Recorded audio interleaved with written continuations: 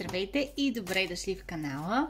Сега ще видим какво важно послание иска да ви изпрати намисления човек в този момент. Отпуснете се, помислете си за него, за нея съответно и да видим какво ще ни кажат картите. Също честит празник на Тарото. 25 май е световен ден на Тарото, което се появява първо в Италия. Може да прочетете малко повече за него. Има доста интересни и любопитни факти. Така че честито на тези от вас, които се занимават с това и разбира се на тези от вас, които гледат, защото Тарото е най-вече метод за това да получим най-правилните съвети по най-правилният начин и в точното време.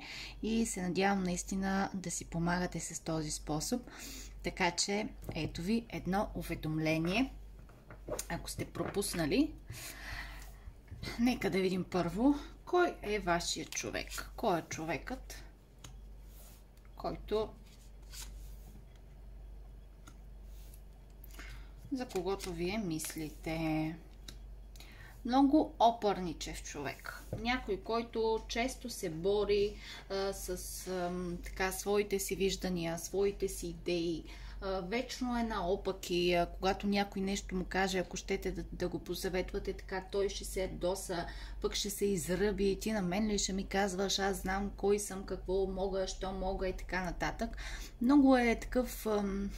Много е сприхав понякога и много импулсивно и моментно реагира, но е човек, който, честно казано, въпреки понякога глупашкото си поведение, защото има моменти при него, в които се държи наистина като едно дете, което над играчката, дай ми играчката, малко така неориентирано и нестабилно, но е човек, който пък може да говори на много различни теми, има различни интереси, някой, който също е вероятно да се занимава с различни неща.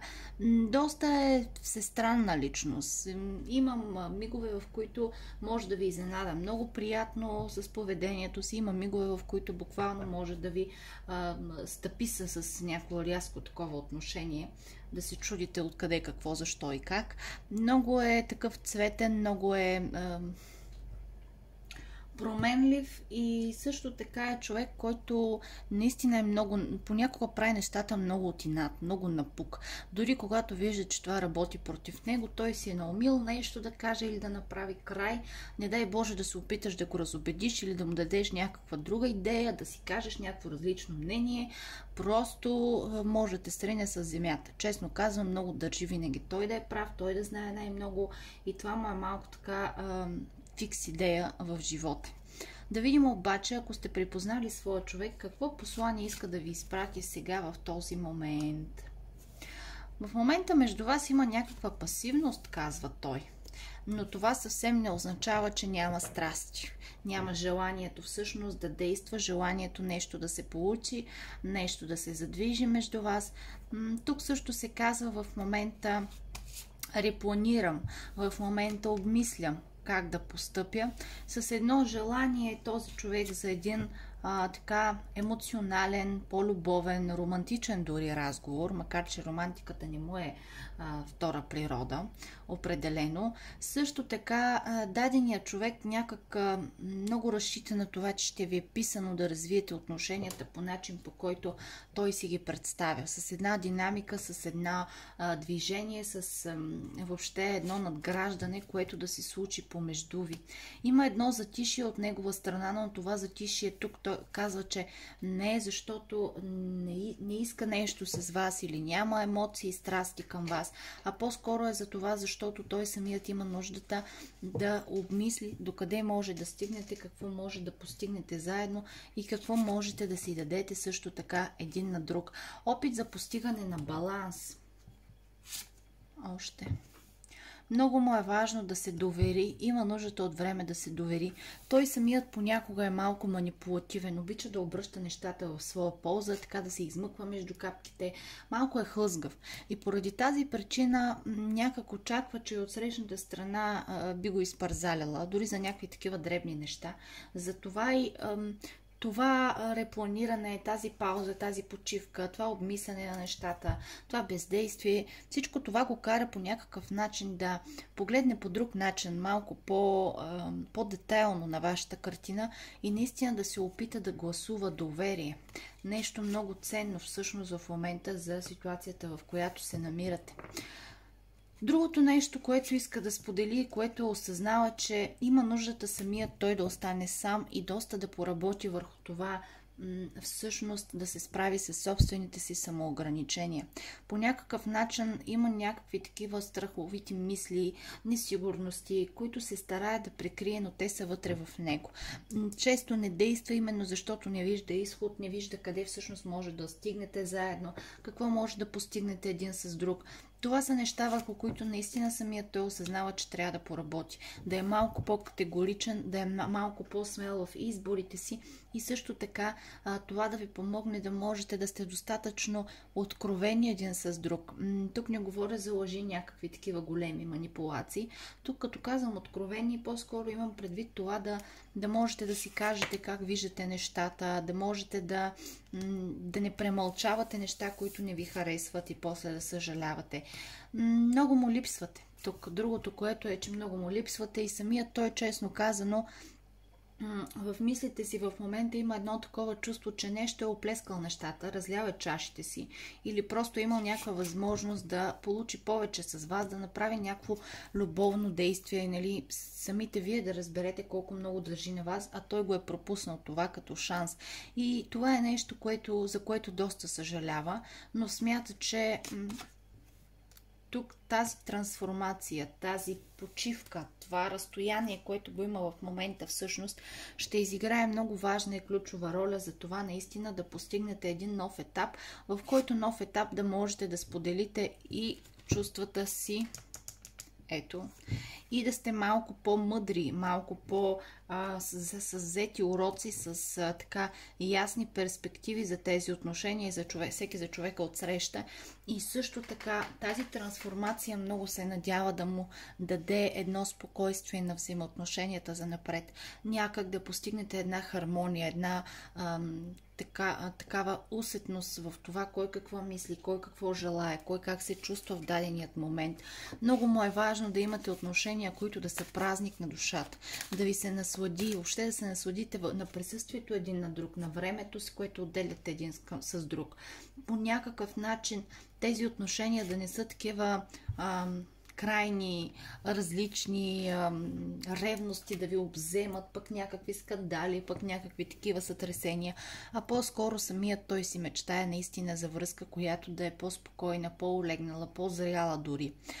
Другото, което е като споделяне в момента от негова страна към вас, е това, че зад тази маска на императора, аз и в началото по другите карти видяхме тази идентификация, това поведение, което е много нескопосано понякога и много неадекватно, всъщност е нещо, зад което този човек прикрива своите чувства, които би искал реално да бъдат споделени в правилният момент и по правилният начин.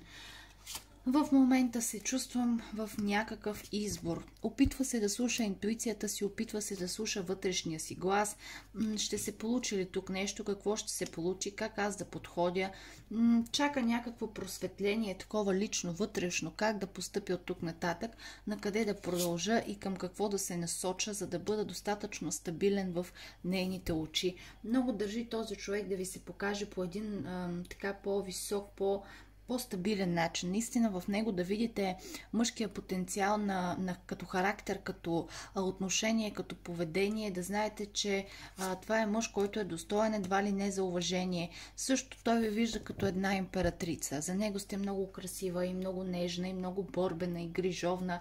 Носите всички качества, които смятат, че са идеал, когато се сборуват, но често именно заради императорската си енергия е малко обран от към, даже не малко, от към комплименти, от към това да разкрие душата си, да каже някакви по-мили думи. Другото, което споделя е, че осъзнава, че това, което най-много ви пречи на това да се развивате по-пълноценно като връзка, като взаимоотношения, е по-скоро от една страна това, че сте любимата жена за него, а от друга е това, че с тая любима жена тук той вижда много различия. Различия, ако щете, във всеки един аспект. Може да е в характерите, може да е в начина, по който се изразявате, може да е възраст, религия, социален статус и всякакви такива неща. Има някакви различия, върху които доста трябва да поработите. Затова казва тук: трябва ми търпение, за да не се разочароваме. Някак по-скоро да работиме във времето, нека да си дадем време и да работим в това време, за да изгладим тези разлики между нас, отколкото да се самонараняваме с някакви крайности, с неща, които са много остри, много така сприхаво да действаме един към друг, всеки да си дърпа чергата пред него си. Макар че е много такъв кофти характер изявен, то дълбоко в себе си наистина има една така доброта, една топлина, но все още не може да се отпусне достатъчно, за да я покаже. Не умее да показва своите радости, не умее толкова много да изразява истинските емоции. Въобще, като казвам емоции, нямам предвид само чувства, по принцип. Дори в една ситуация така нещо да му стане готино, да му стане радостно, топло на душата, той просто не знае как да го покаже това, не знае как да го изрази. Това му е изключително трудно.